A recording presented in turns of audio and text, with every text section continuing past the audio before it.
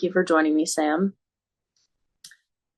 25% of Americans suffering from poverty have no further education than a high school diploma. Only 4% have a bachelor's degree or higher.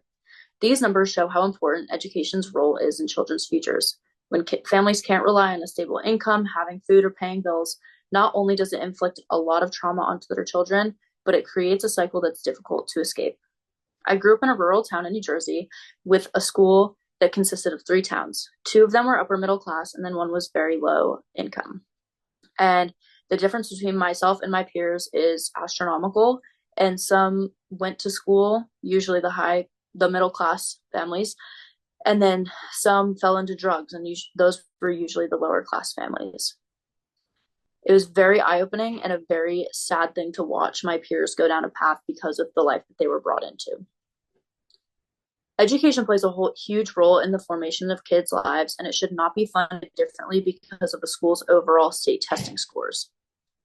I'm encouraging the South Carolina Department of Education to change the Education Accountability Act so that students' state testing scores will not impact the funding that their education receives.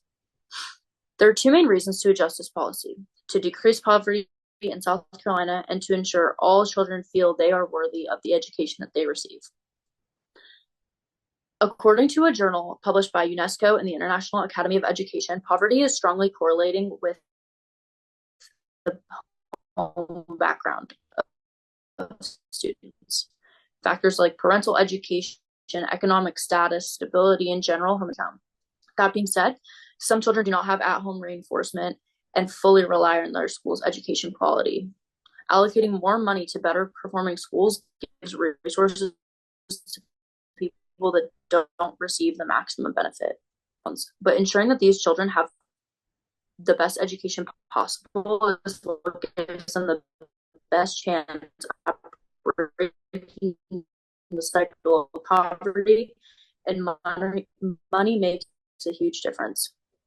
When I was growing up in high school, I remember teachers talking about how our testing impacted their performance evaluations. That National Education Administration published an article that states that more equitable and adequate allocation of finances promotes improvement in quality and adequacy of outcomes. Students deserve to feel appreciated, especially when some use schools as an escape from their home life. No child deserves to feel like the quality of education is in their hands when they're trying to grow up, and especially in a situation where a student is dealing with poverty. Although other factors can contribute to the outcome of a student's success in school, the allocation of funds should never be the thing holding them back. When considering making this change, think about the children that feel unworthy, suffer difficult circumstances at home, and those who want to break the cycle of poverty. Now that you understand the relationship between money allocation and student success, please consider allocating funds equally, not rewarding those who are already set up for success. Thank you for joining me, Sam.